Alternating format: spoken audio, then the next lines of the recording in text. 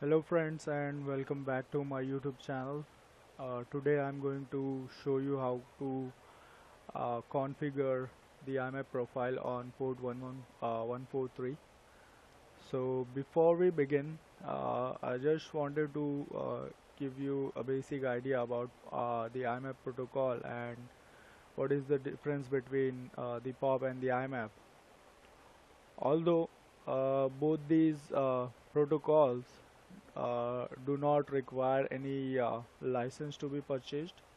However, there are some differences between POP and the IMAP. So, when you have the POP uh, configured, the user will only have access to the inbox, and the POP client cannot leave the copy of the messages on the server's mailbox unless and until it is given an exception by the administrator.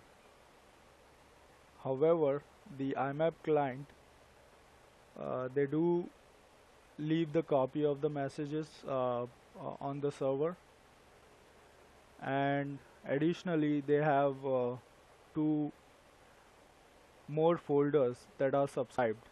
First one is the sent item and the other is the deleted items. So with the IMAP profile, these two options or the folders are subscribed. In the client, user will be having access to the sent items as well as the deleted items. So this was the difference between the POP client and the IMAP client or the protocol. The other difference is the IMAP uses port 143 to connect on non-secure channel, and to connect on secure channel it uses 993 port. So similarly, as we can set the IMAP POP on the server side with two ways. First is the GUI option, the other is shell. So similarly, even the IMAP have both these ways to get configured. First thing we need to keep in mind is that the service for the IMAP on Exchange server is set to automatic and started. And then in the property of the POP protocol on the server, we have the local and the remote bindings. And then again we have the authentication X400 certificate name. These are the settings that we need to do on the Exchange server.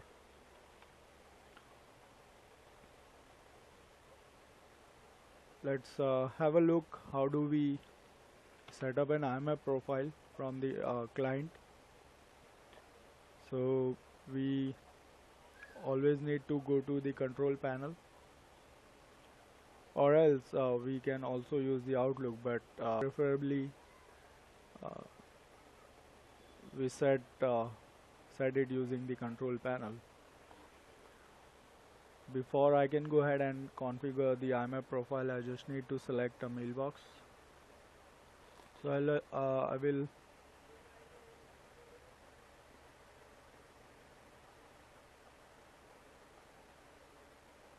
take this one, Robert Hubert, and then before I could go ahead and configure the profile, I just want to make sure that the password for this user has been set.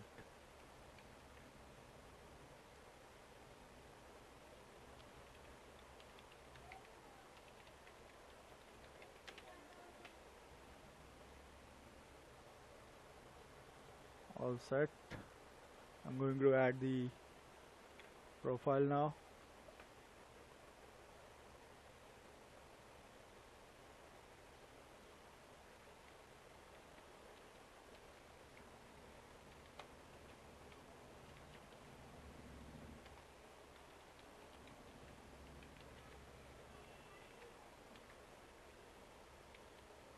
Either the server's IP or the host name of the server. You can use any one of these.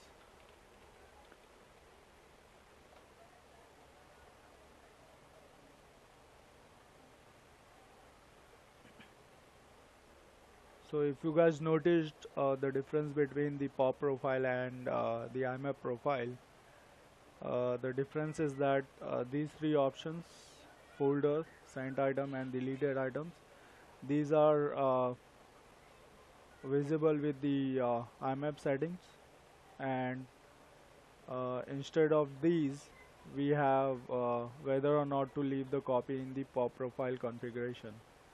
So this is a major difference between POP and the IMAP profile. We have additional folders that are subscribed.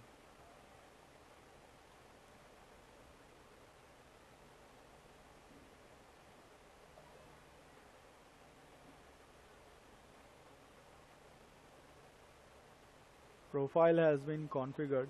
I'll quickly do a test message with this user and see if it works for us, and then I will show you guys where the logs are created from the server's perspective for IMAP protocol.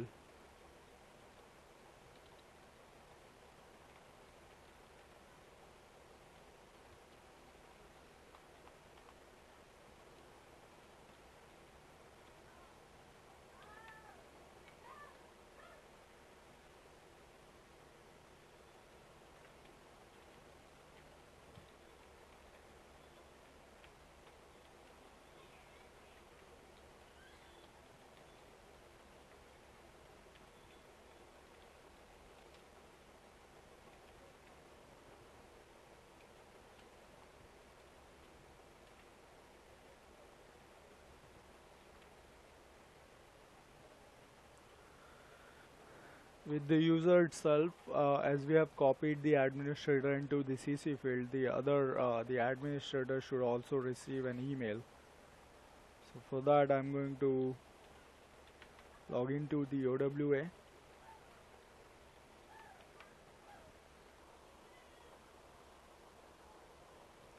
The administrator did receive that email. However, the two recipient did not have a proper email address which we have sent. That's why it was not delivered.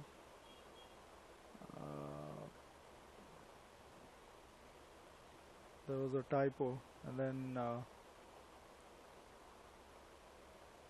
I did a self-test email to the same user.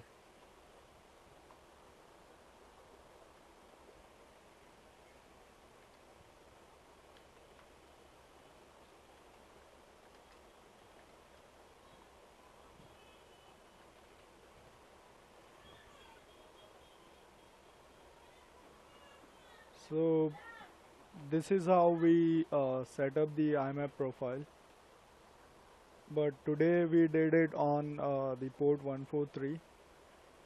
In tomorrow's video I'm going to be demonstrating about how to configure the IMAP profile using secure channel, that is the port 993.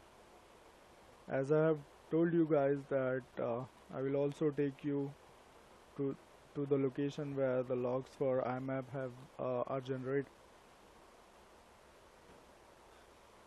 So the directory will be under V14 or 15. We have a folder called logging. In this same directory, even the log for the IMAPs are generated. Because the logging was not set on the POP configuration or the backend, in the backend, that's why the folder has not been created. I've just set it enabled so that the logs related to the IMAP are generated. I've just set it and I'm restarting the service. There we are. So from this point on, like any client or any user tries to authenticate on POP on port or on any port, the logging for the same will be generated under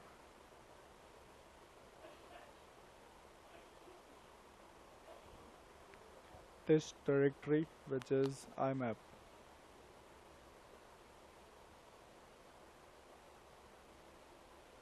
So hope you guys have learned or understood how we set up the IMAP profile on Exchange 2010 server, and what is the difference between the POP and the IMAP. So that's it for today. Hope you guys learned, and if you guys have any suggestion, any feedback, do let me know in the comment section below, and please don't forget to subscribe to my channel and share the videos as much as you can. Thank you so much. Bye bye.